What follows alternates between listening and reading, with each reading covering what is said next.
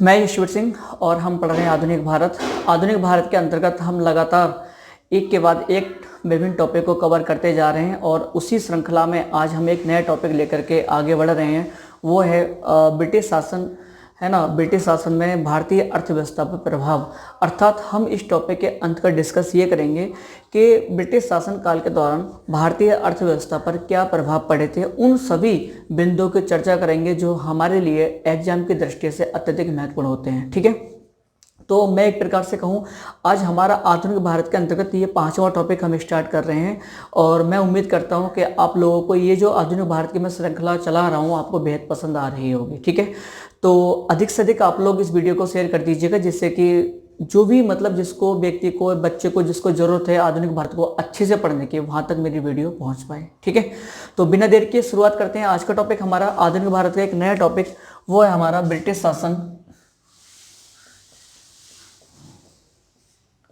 British शासन dash भारतीय अर्थव्यवस्था पर प्रभाव। तो आज हम इस टॉपिक को डिस्कस करेंगे, या मैं एक प्रकार से इस टॉपिक को ये कहूँ कि ब्रिटिश शासन, है ना, में भारतीय अर्थव्यवस्था पर प्रभाव। ठीक है, एक ही बात है, ये हमारा टॉपिक है। तो सबसे पहले पूर्व की तरह मैं आपको इस टॉपिक का सबसे पहले सिलेबस दे दे रहा हूँ, हमें क्या क्या पढ़ना है टॉपिक वाइज, देन हम इसको डिस्कस करेंगे। ठीक है, तो सबसे पहले हेडिंग डाल देना आप इसमें, सिलेबस हमारा क्या रहेगा इसमें। तो कुल मिलाकर के मैंने इसको 8 भागों में डिवाइड किया है, जिसमें हमारा सबसे पहला जो टॉपिक रहेगा इसके सिलेबस के अंतर्गत वो रहेगा ब्रिटिश शासन पूर्व भारतीय अर्थव्यवस्था। मेरे कहने का तात्पर्य यह है कि मैं पहले टॉपिक में ये डिस्कस करूंगा कि अंग्रेजों के आने से पूर्व भारतीय अर्थव्यवस्था कैसी थी, है ना। तो यहाँ पर हम पूरी तरीके से चीज़ों को जानेंगे, क्या अंग्रेजों से पहले हम खुशहाल थे अथवा हमारे देश की अर्थव्यवस्था कैसी थी। जैसे हम कहते हैं हमारा देश सोने की चिड़िया हुआ करता था, उन सब बातों को हम यहाँ पर डिस्कस करेंगे। ठीक है, दूसरा जो हमारा टॉपिक रहेगा वो रहेगा ब्रिटिश उपनिवेशवाद के चरण। ब्रिटिश उपनिवेशवाद के चरण, इस टॉपिक को मैं सामान्यतः 3 भागों में डिवाइड करूंगा, अर्थात इसके 3 चरण रहे हैं, जिसमें पहला चरण होगा हमारा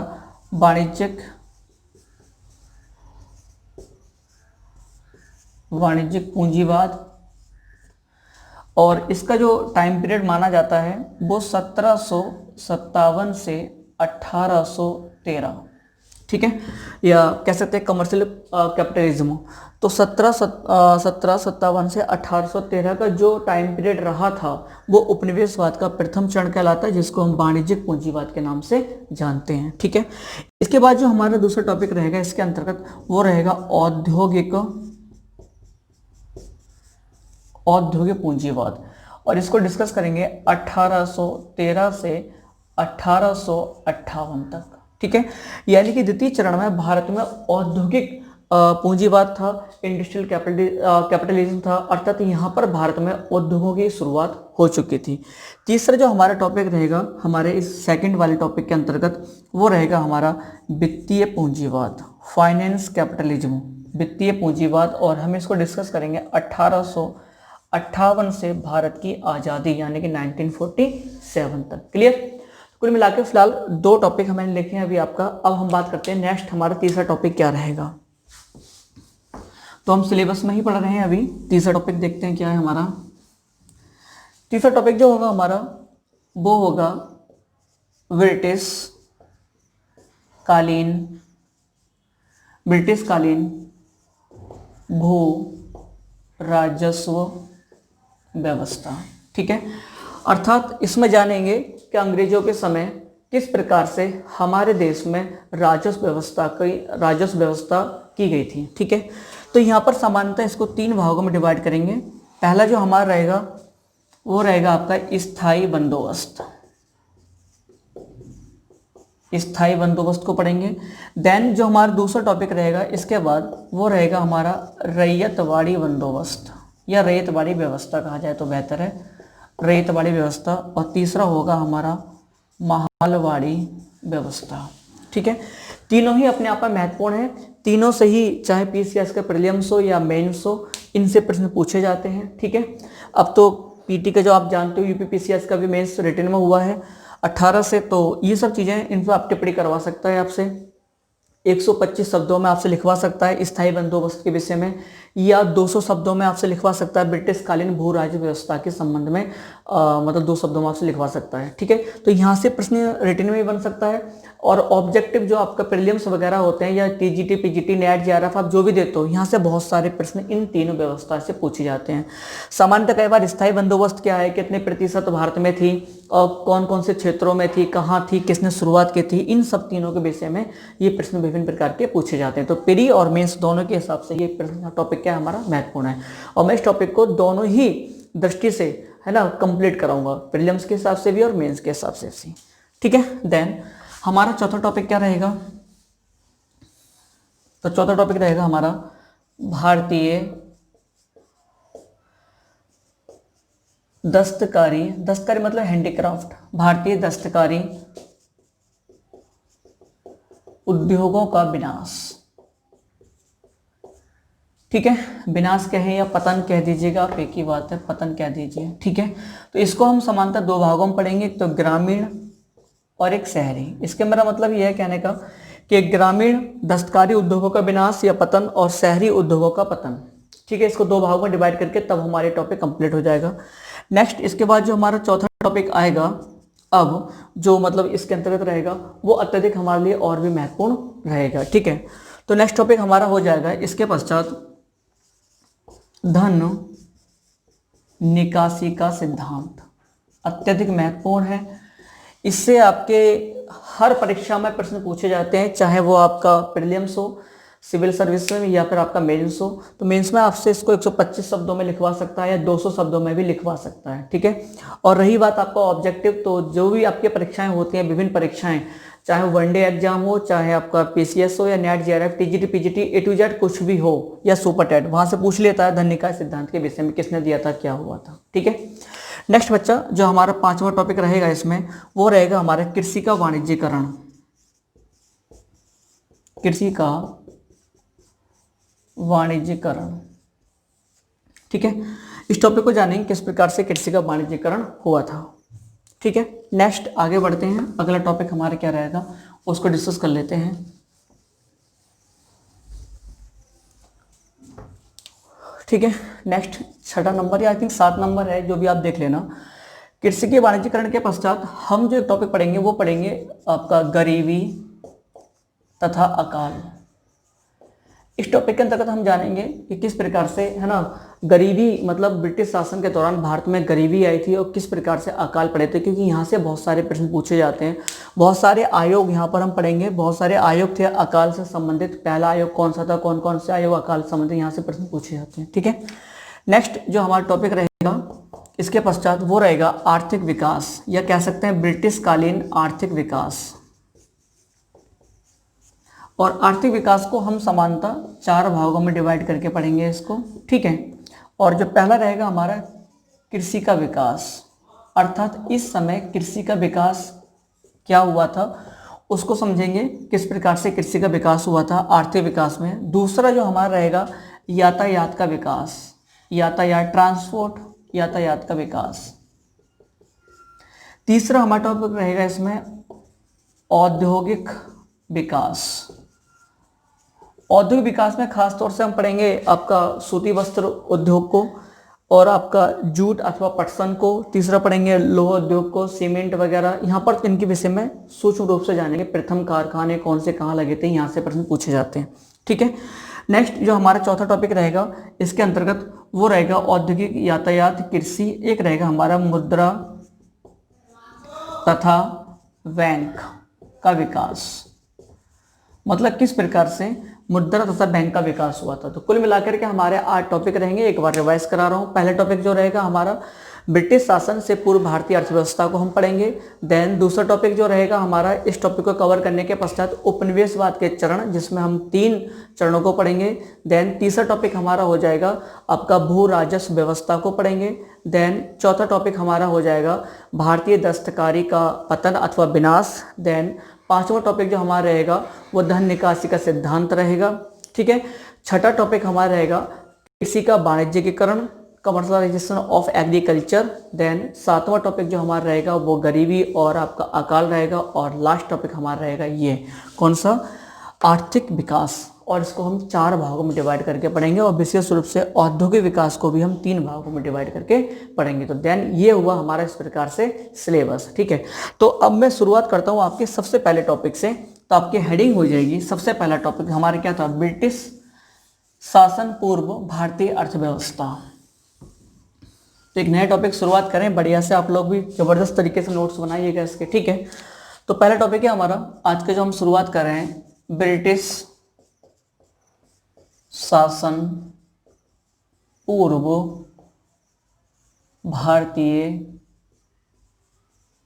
अर्थव्यवस्था, ठीक है। तो इसको डिस्कस करते हैं। तो मैं इसको पहले आपको समझा देता हूँ टॉपिक वास्तव में ये टॉपिक है क्या, जो आपके व्हाइट बोर्ड पर लिखा हुआ है, ठीक है। तो इस टॉपिक में हम विशेष रूप से उन चीज़ों को जानेंगे कि अंग्रेजों से पूर्व भारत की स्थिति कैसी थी।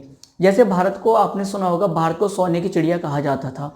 तो किन आधारों पर क्यों भारत को सोने की चिड़िया कहा जाता था, उन सब चीज़ों को डिस्कस करेंगे, ठीक है। तो मैं पहले आपको इसको एक कहानी वे में ले रहा हूँ, उसके बाद आपको लिखवा दूंगा, ठीक है। तो हुआ क्या था, जब हम भारत से पूर्व या अंग्रेजों के पूर्व भारत की बात करते हैं तो उस समय जो हम विशेष रूप से हमारी इस अर्थव्यवस्था की विशेषता थी वो थी हमारे गांव का आत्मनिर्भर होना। गांव के आत्मनिर्भर होने का तात्पर्य यह है कि गांव पूरी तरह से सेल्फ डिपेंडेंट थे। अर्थात एक प्रकार से कहा जाए तो गांव जो थे अपने आप में एक छोटी दुनिया थी, छोटा सा संसार था। अभी भी क्लियर नहीं हुआ होगा। मेरा कहने का मतलब यह है कि जितनी भी एक व्यक्ति की आवश्यकताएं होती हैं वो उस व्यक्ति की सभी आवश्यकताओं की पूर्ति अपने ही गांव में कर दी जाती थी। चाहे उसको किसी प्रकार की आर्थिक आवश्यकता हो, जैसे कि आपको उसको किसी वस्तु की आवश्यकता है, हर गांव में सभी प्रकार के उद्योग धंधे वगैरह वहाँ पर थे। केवल और केवल बस नमक और लोहा ये 2 वस्तुएं थी जो बाहर से मंगाई जाती थी। अदरवाइज सभी प्रकार के व्यक्तियों की जो पूर्ति और उनकी आवश्यकताएं होती, डिमांड होती थी, वो उसी गांव के व्यक्तियों के द्वारा पूरी कर दी जाती थी। कैसे? तो इस प्रकार से मान लीजिए जैसे कोई किसी व्यक्ति को लकड़ी का कोई फर्नीचर चाहिए, कोई वस्तु चाहिए, तो गांव में विभिन्न प्रकार के शिल्पी वगैरह भी हुआ करते थे, विभिन्न प्रकार के बढ़ई भी हुआ करते थे। किसी को बर्तन चाहिए तो कुम्हार भी हुआ करते थे, तेल के लिए तेली वगैरह हुआ करते थे, ठीक है। सोनार वगैरह गाँव में सब कुछ हुआ करता था। तो किसी व्यक्ति को किसी भी वस्तु की आवश्यकता के लिए अपने गाँव से बाहर जाने की आवश्यकता नहीं होती थी। उसको सभी प्रकार की आवश्यकता की पूर्ति गांव के विभिन्न वर्ग द्वारा उसकी पूर्ति कर दी जाती थी। और बदले में उसको जो गांव के लोग हुआ करते थे, जैसा मान लीजिए किसी को बर्तन चाहिए कुम्हार से, तो उसके बदले में क्या होता था कि उसके बदले में जो उपज होती थी, जो मतलब पैदावार होती थी कृषि की, उसका कुछ भाग उस कुम्हार को दे दिया जाता था। उसके बदले में उसको बर्तन मिल जाया करते थे। तो इस प्रकार से कहा जाए तो पूरी तरह से गांव जो थे एक बंद अर्थव्यवस्था के रूप में थे। बंद अर्थव्यवस्था, खुली अर्थव्यवस्था आप जानते हैं, समझते होंगे, ठीक है। तो एक प्रकार से बंद अर्थव्यवस्था थी, पूरी तरह से सेल्फ डिपेंडेंट हुआ करते थे। कृषि, उनके जो उद्योग धंधे हुआ करते थे, ऐसा नहीं गांव में उद्योग धंधे नहीं थे, गांव में उद्योग धंधे भी थे। और उद्योग धंधों का इस प्रकार से या हस्तशिल्प उद्योग का इस प्रकार से कृषि से सामंजस्य स्थापित हुआ था कि कृषि और उनके उद्योगों का आपस में क्या होता था, एक मतलब संबंध होता था, जिस प्रकार से उद्योगों की आपूर्ति कृषि के कच्चे माल से हो जाती थी। तो गांव बड़ी ही अच्छी स्थिति में थे, ठीक है, पूरी जबरदस्त तरीके से थे। तो ये सब तो एक पॉजिटिव पक्ष था कि भाई खुशहाली गांव थे, सभी आवश्यकताएं पूर्ति हो रही हैं, कोई बाहरी हस्तक्षेप नहीं हो रहा है, ठीक है। वहीं गांव में एक आपका कर व्यवस्था हुआ करती थी। तो कर व्यवस्था जो हुआ करती थी वो 1/6 से या 1/2 के मध्य हुआ करती थी। यानी कि मैं आपसे कहूँ तो 1/6 से लेकर के 1/2 के मध्य अलग अलग स्थानों पर कर वसूला जाता था, ठीक है। और जो कर वसूलने वाले स्थानीय सरकार हुआ करती थी या जो व्यक्ति हुआ करते थे, उनका अपना मतलब केवल और केवल कर वसूलने से हुआ करता था। वो गांव के आंतरिक मामलों में किसी भी प्रकार का हस्तक्षेप नहीं करते थे, ठीक है। दूसरी बात, अगर छोटे मोटे झगड़े हो भी जाते थे तो गांव स्तर पर उनकी ग्राम पंचायत हुआ करती थी और वो ग्राम पंचायत इनके छोटे मोटे झगड़ों को निपटा दिया करती थी। लास्ट में बात निकल के वही आती है कि गांव जो थे अत्यधिक आत्मनिर्भर थे, बाहरी हस्तक्षेप उसमें बहुत कम हुआ करता था। उनका बाहर की राजनीति से बड़े बड़े मतलब जो राजा महाराजा घराने उनसे इनका इतना मतलब नहीं होता था। गाँव अपने आप में एक छोटी सी दुनिया थी, छोटा संसार हुआ करता था। ठीक है, तो ये सब तो एक अच्छा पक्ष था ही, लेकिन एक इसका गलत पक्ष भी था। गलत पक्ष ये था कि जो अगर जैसे मान लीजिए जब एक आपका बंद अर्थव्यवस्था है, ठीक है। दूसरी बात, जातिवाद का बंधन भी था। अभी भी जातिवाद का बंधन ये हो गया कि कोई जैसे कि मान लीजिए कुम्हार है, कुम्हार का जो परिवार बर्तन बनाने का काम है, तो कोई दूसरा व्यक्ति बर्तन बनाने कार्य नहीं कर सकता, कुम्हार ही बर्तन बनाने कार्य करेगा। कुम्हार बर्तन बनाने के अलावा कोई दूसरा कार्य नहीं कर सकता, है ना। वो उद्योग धंधे नहीं लगा सकता, वो बढ़ई का कार्य नहीं कर सकता। जो जिस जाति में जन्म लिया है वो उसी कार्य को आगे बढ़ाएगा। एक प्रकार से कहा है तो वर्ण व्यवस्था का अत्यधिक वर्चस्व था। तो कहने का तात्पर्य ये हुआ, जब अगर किसी व्यक्ति की रुचि बर्तन बनाने में नहीं है और वो एक बढ़ई का कार्य करना चाहता है या वो उद्योग धंधों को स्थापित करना चाहता है और वो नहीं कर पा रहा है, समाज के बंधन है, तो इस स्थिति में जो उसकी अर्थव्यवस्था थी, उस व्यक्ति की रुचि जो थी वो क्या हो जाएगी, निष्क्रिय हो जाएगी और वो उतनी अच्छी तरीके से मेहनत के तरीके से कार्य नहीं कर पाएगा जितनी उसकी आवश्यकता होती थी। मेरी बात समझ गई। तो ये सबसे बड़ा एक नेगेटिव पक्ष था। अच्छा, दूसरी बात, जब गांव के स्तर पर गांव में ही प्रोडक्शन हो रहा है, गांव के ही लोग उसको यूज कर रहे हैं। मान लीजिए गांव में 100 लोग हैं, ठीक है। उस समय के छोटे छोटे गांव हुआ करते थे, ज़्यादा आबादी नहीं थी, खुशहाल जीवन था।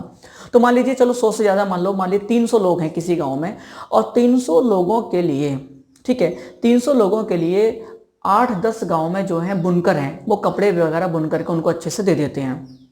तो बुनकर का जीवन चल रहा है, उस पूरे गांव से सप्लाई कर रहे हैं माल की। अगर वही बुनकर उनके द्वारा बुने हुए कपड़े बाहर भेजे जाएं, मार्केट में जाएं, तो व्यापार को बढ़ावा मिलेगा, नहीं मिलेगा। लेकिन इस प्रकार बंद होने के कारण गांव की अर्थव्यवस्था बंद थी, तो जो व्यापार होता था, जो वाणिज्य था, व्यापार था, जो आपके शिल्पकार थे, जो बढ़ई थे, उनको एक बड़ा बाजार नहीं मिल पा रहा था, जिसके कारण अर्थव्यवस्था का पूरी तरीके से विकास नहीं हो पा रहा था। तो ये गांव के आत्मनिर्भर होने का एक नेगेटिव पक्ष भी था। क्लियर। दूसरी बात, अगर हम अंग्रेजों से पूर्व की बात करें व्यापार वाणिज्य की, तो हमारे देश का व्यापार वाणिज्य बहुत अच्छी स्थिति में था। मतलब एक प्रकार से कहा जाए तो बहुत ही अच्छी स्थिति में होने का तात्पर्य यह है कि व्यापार संतुलित था। संतुलित का मतलब यह हो गया कि जितना अगर हम अपने देश से निर्यात कर रहे हैं उतना हमारे लिए आयात, मतलब हमें घाटा नहीं हो रहा है। यानी कि पॉजिटिव तो ये था कि अगर हम 100 रुपये का निर्यात कर रहे हैं तो आयात हमारा 80 रुपये का हो रहा है, तो मान लीजिए 20 रुपये की हमारे देश को क्या हो रही है, बचत हो रही है। ठीक है। और दूसरी बात, भारत में जो वस्तुएं बना करती थी, चाहे वो विभिन्न प्रकार की, जैसे कि आपका मैं उदाहरण देता हूँ आपको, जैसे कि हम ले लेते हैं, जैसे कि आपका गुजरात का अहमदाबाद हो गया, ढाका बंगाल का हो गया, ठीक है। तो गुजरात का अहमदाबाद, ढाका और मछलीपट्टनम इत्यादि, ये 3 क्षेत्र जो थे, आप इनको नोट्स में लिख लेना, ये प्रश्न पूछे जाते हैं कौन सा क्षेत्र किस लिए फेमस था। तो हमने माना कि मतलब गुजरात के अहमदाबाद, ढाका, मछलीपट्टनम, ये 3 क्षेत्र विशेष रूप से सूती वस्त्र के लिए फेमस थे। ठीक है।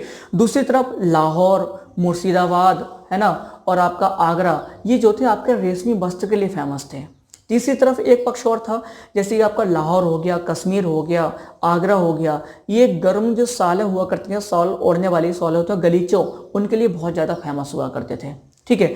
और दूसरी बात, भारत से निर्मित जो वस्तुएं थीं, जैसे कि आपका चाहे विभिन्न प्रकार के हाथी के दांत से बनी हुई वस्तुएं हो गई, या आपके विभिन्न धातुओं से बनी वस्तुएं हो गई, या कोई साज सज्जा का सामान हो गया, विशेष रूप से भारतीय वस्त्र इत्यादि की विदेशों में बहुत ज़्यादा क्या थी, डिमांड थी। और इनकी बहुत ज़्यादा मांग होने के कारण एक बड़ी मात्रा में निर्यात होता था, जिसके बदले में हमें एक बहुत अच्छी धनराशि मिला करती थी। यानी कि हमारा व्यापार संतुलित था और हमारे देश के हित में था। यानी कि खुशहाल जीवन एक प्रकार से हमारे देश का अर्थव्यवस्था में चल रहा था। तो फिर दिक्कत कहाँ आई? तो इन्हीं परिस्थितियों में हमारे देश को सोने की चिड़िया कहा जाता था, क्योंकि बड़ी मात्रा में हमारे देश से निर्यात हो रहा है, बदले में हमें खूब सारा सोना चांदी मिल रहा है। तो हमारे देश के लिए उन्नति अच्छी हो रही थी, बढ़िया मात्रा में हमारे पास विदेशी धनराशि आ रही थी, विदेशी मतलब मुद्राएं आ रही थी, और हमारा बढ़िया से विकास हो रहा था। तो फिर दिक्कत आई कहाँ? आखिर ऐसी क्या स्थिति हुई जो अंग्रेजों को अथवा यूरोपीय कंपनियों को भारत में हस्तक्षेप करने का मौका मिला? अब एक प्रश्न ये आता है, ठीक है। तो बात बच्चे यहाँ ये आती है कि जब मुगल साम्राज्य का विघटन हुआ, जैसे मुगल साम्राज्य टूटना शुरू हो गया, जैसे मुगल साम्राज्य के अच्छे शासक नहीं रहे, उत्तराधिकार औरंगजेब के बाद से उत्तराधिकारी हुए, उनके समय से भारतीय अर्थव्यवस्था गड़बड़ा गई। कैसे? जैसे मुगल साम्राज्य में जो एक आर्थिक व्यवस्था बनी हुई थी, एक मतलब अर्थव्यवस्था का एक सीक्वेंस बना हुआ था, उत्तरोत्तर मुगल काल में आकर के वो व्यवस्था क्या हो गई, क्रम टूट गया। और वो क्रम बिगड़ने की वजह से भारतीय अर्थव्यवस्था का भी क्या हो गया, विघटन हो गया। और उस विघटन होने के कारण हुआ क्या, तो विभिन्न अलग अलग क्षेत्रों में देसी राजा जो थे, मतलब क्षेत्रीय राजाओं का वर्चस्व स्थापित हुआ और छोटे मोटे राजा आपस में लड़ने झगड़ने लगे। जब लड़ाई झगड़े होंगे तो उनका अधिक फोकस किस पर हो गया, धन दौलत को खींचने पर। पैसा खींचे कहीं से आए, तो किसानों का शोषण किया जाने लगा, अत्यधिक कर लगाए जाने लगे। जब अत्यधिक किसानों को शोषण हुआ तो अर्थव्यवस्था पर प्रभाव पड़ेगा। अत्यधिक कर लगाए गए तो लोगों के पास खाने के लिए कुछ नहीं बच रहा था, है ना। तो इन सब माहौल में, किसमें, एक तो मुगल साम्राज्य के विघटन के दौरान, क्षेत्रीय राजाओं के आपस में लड़ने के दौरान, और दूसरी बात इस समय आकर के जो मतलब कभी भारतीय इतिहास में बड़े बड़े, मतलब क्या कहा जाए तो एक प्रकार से मतलब बड़े बड़े चेहरे थे जिन्होंने अपने राष्ट्र के लिए, देश के लिए, अपने राज्य के लिए उन्होंने जो कुछ कार्य किए थे, अब ऐसे व्यक्ति नहीं रहे। लूट खसोट, चोरी डकैती, इन सब चीज़ों को मौका अधिक मिला, ये चीज़ें ज़्यादा बढ़ने लगी। तो इन परिस्थितियों में अंग्रेजों को या यूरोपीय कंपनियों को भारतीयों के मामले में हस्तक्षेप करने का मौका मिल गया, और ये हस्तक्षेप हुआ राजनीति के रूप में। मेरा कहने का मतलब ये है कि इन सब कारणों के चलते अंग्रेजों के साथ साथ ही यूरोपीय कंपनियों के जो विदेशी यूरोपीय और भी लोग थे, उन सबको भारतीय राजनीति में हस्तक्षेप करने का मौका मिल गया। और आप जानते हो, जब किसी के हाथ में राजनीतिक अधिकार आ जाते हैं तो बाकी सभी अधिकार उस व्यक्ति की मुट्ठी में आ जाते हैं, चाहे वो आर्थिक हो, सामाजिक हो, राजनीतिक हो, किसी प्रकार के हो, वो सारे के सारे अधिकार उस व्यक्ति की मुट्ठी में आ जाते हैं। क्योंकि राजनीतिक पक्ष एक ऐसा पक्ष है जो किसी राष्ट्र का एक प्रकार से कहा निर्माता कह सकते हैं, ठीक है। तो जैसे अंग्रेजों के हाथ में ये व्यवस्था आई, राजनीतिक व्यवस्था, इन्होंने आर्थिक व्यवस्था को विशेष रूप से प्रभावित करा, और इस प्रकार से प्रभावित कर दिया कि भारतीय उद्योग धंधा, कृषि, सबका तहस नहस कर दिया, सबका नाश कर दिया। जो कभी सोने की चिड़िया कहलाता था हमारा देश, वो आज बर्बाद हो गया था, और वो आज हमारे देश का एकदम कंगाली के कगार पर खड़ा था। मेरी बात समझे। इसी विषय में मैं आपको दो स्टेटमेंट दे रहा हूँ यहाँ पर विशेष रूप से। वो स्टेटमेंट कई बार एग्जाम में पूछे भी जाते हैं। तो एक है जॉन सुलेवान, इनका विशेष रूप से स्टेटमेंट पूछा जाता है, जॉन सुलेवान का, जो भारतीय अर्थव्यवस्था को नुकसान हुआ था। इन्होंने कहा था हमारी प्रणाली मतलब अंग्रेजों की प्रणाली, हमारी प्रणाली एक स्पंज की तरह कार्य करते हैं। स्पंज आप जानते हैं, आपने वो स्पंज रसगुल्ला देखा है, उसको आप जैसे निकालते हैं, उसको दबाते हैं तो वो एकदम से सिकुड़ जाता है, जैसे आप उसको छोड़ोगे तो वो फैल जाएगा, और जितना रस होता है उसको सिकुड़ लेता है अपने अंदर। तो उसने इस प्रकार से कहा था हमारी प्रणाली एक स्पंज की तरह कार्य करती है, जो गंगा नदी के किनारे जो अच्छी चीज़ें हैं उनको अपने अंदर समाहित कर लेती है, और टेम्स नदी के किनारे आकर उनको निचोड़ देती है। मेरी बात समझ गए। कहने का तात्पर्य ये हुआ कि भारत में जो कुछ भी अच्छा हो रहा है, विशेष रूप से गंगा के आसपास का उसने उदाहरण दिया है, जो कुछ भी अच्छा है उन सभी धन दौलत पैसा जो कुछ भी है उन सबको क्या करता है, समाहित कर लेता है और उसको हमारे पास ला करके छोड़ देता है।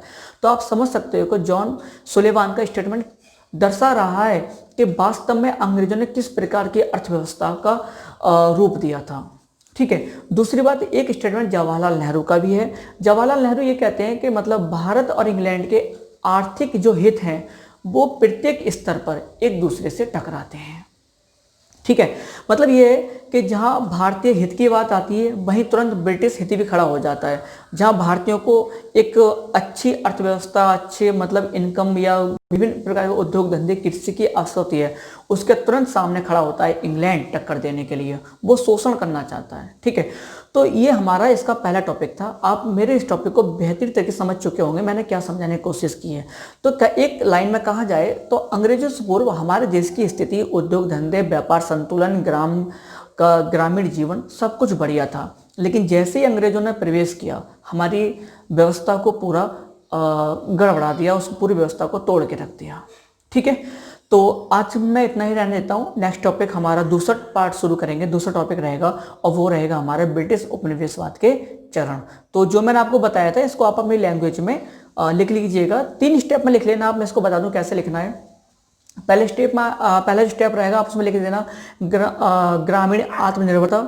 दूसरा लिख देना आप ग्रामीण आत्मनिर्भरता की अच्छाइयाँ बुराइयाँ हो जाएंगी। मैंने आपको बताया था पॉजिटिव पक्ष क्या था, नेगेटिव पक्ष क्या था, ठीक है।